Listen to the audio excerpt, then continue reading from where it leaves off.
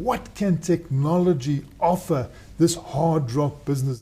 We're definitely in challenging times, and there's most definitely a role for technology. We have a very challenging mining environment, but the kingpin of our deposits is our narrow reef tabular ore deposits. That occurs in the Wits, in our gold, as well as in the platinum.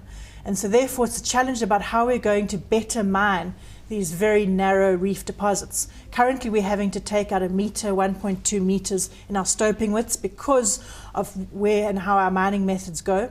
So the question that we like to ask from a Centre of Mining Innovation point of view is how can we change that mining to be able to reduce dilution and to also remove people from the stope face. And for us, what we can do is resort to a robotic mining method. And that is what we're doing here, is we're developing a robotic mining method to be able to meta-mine these narrow reef deposits. And how do robots see underground, and how are they controlled, and how are you going to make sure that they can mine under there? Robotics have been used in a variety of different applications and industries, one of the biggest being the military applications. And there's a lot for us from the mining sector to learn from these variety of applications. So it's about being able to take existing platforms which have been made and being able to turn them into rugged equipment for our mining environment because of our depth and our heat.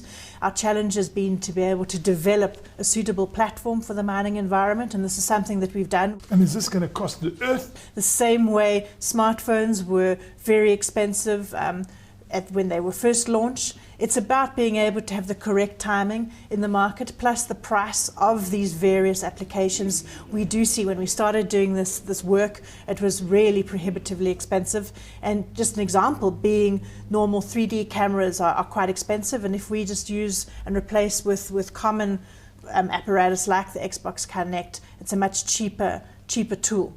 So as these things do develop, we do see the componentry decreasing in price quite significantly. Obviously there's economies of scale.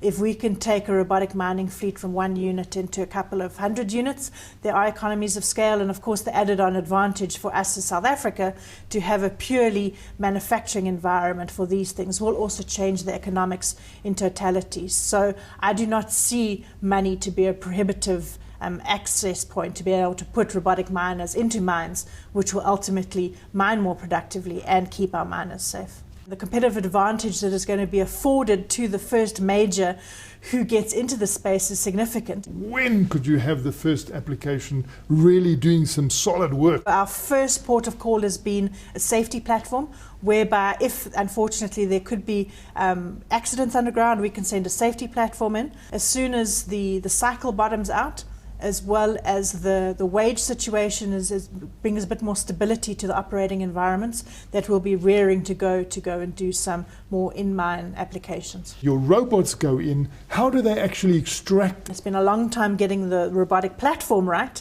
and now the challenge is about taking a systems approach and saying, fine, we've got the robot, but now this is where we need the mine design and the mining thought to be able to say, okay, how best do we incorporate this in the mining cycle? Do we keep a traditional mining cycle of load, haul and blast, or can we become even more innovative about how we mine?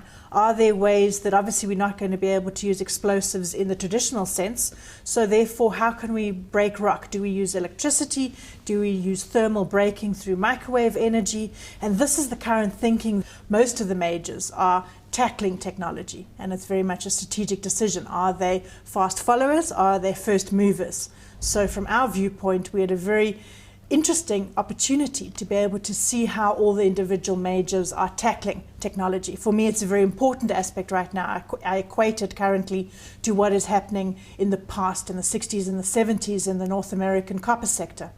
What happened in North America was that North America was characterized by small, high-grade copper deposits, which, when the lean times struck, the margins were squeezed and nobody could make money in the copper mines anymore. And concurrent to this, what happened was that in South America, a lot of the large, low-grade, but very high bulk quantities of copper deposits were discovered. And this closed the margins even more for the North American producers. But then what happened was that the processing methodology of SXEW, solvent extraction, electrowinning, came about.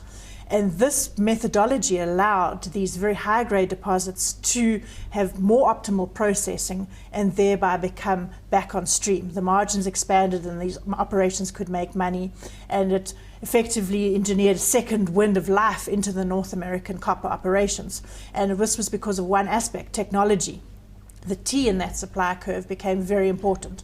So I equate what was happening in the copper sector then to what is currently impacting our hard rock mining environments here in South Africa, whereby for a variety of underground as well as above ground risks, our margins have really been squeezed tight. And of course it hasn't helped with overprinting, the bottoming out of the commodity cycle currently. And all these factors together have created an environment where the margins are squeezed. It's very hard to make money currently. And this, like the copper environment in North America, I believe is the opportunity for technology to take over. The opportunity for technology to step in, to be able to change our supply curve, to change some of the fundamentals that go into the mining equation, and thereby allow margins to open up and let people and the producers to start making money.